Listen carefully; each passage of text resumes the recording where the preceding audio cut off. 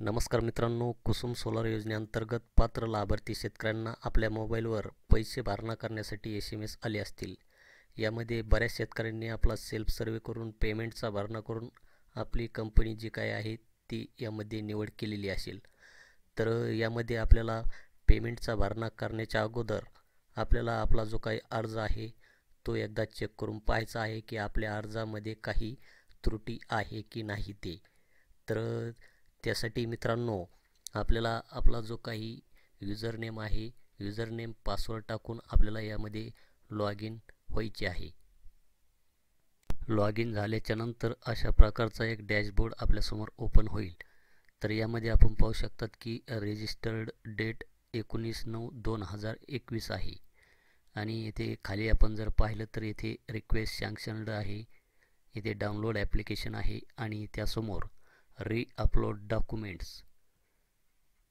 अशा प्रकारचा एक टॅब येथे आपल्याला दिसत आहे.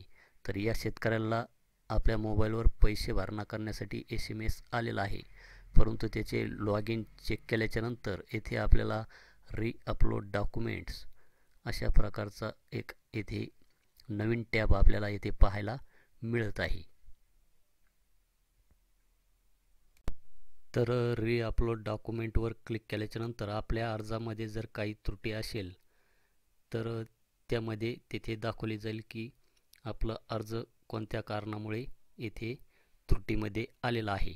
तर यामध्ये काहीचे डॉक्युमेंट अपलोड करण्याचे बाकी असतील, आधार कार्ड किंवा 7/12/8 फोटो किंवा बँक पासबुक, तर ते अपलोड डॉक्युमेंट्समध्ये आपल्याला त्या अर्जाची जी काही त्रुटी आहे ती दाखवली जाईल. तर त्यासाठी आपल्याला येथे अपलोड डॉक्युमेंट नावाचं जे काही ऑप्शन दिसत आहे, मी याच्यावर क्लिक करतो. अपलोड डॉक्युमेंटवर क्लिक केल्याच्या नंतर आपल्याला येथे आधार कार्ड हे मागवत आहे. तर इथे कमेंटमध्ये पाहू शकतात की आधार कार्ड नॉट अपलोडेड.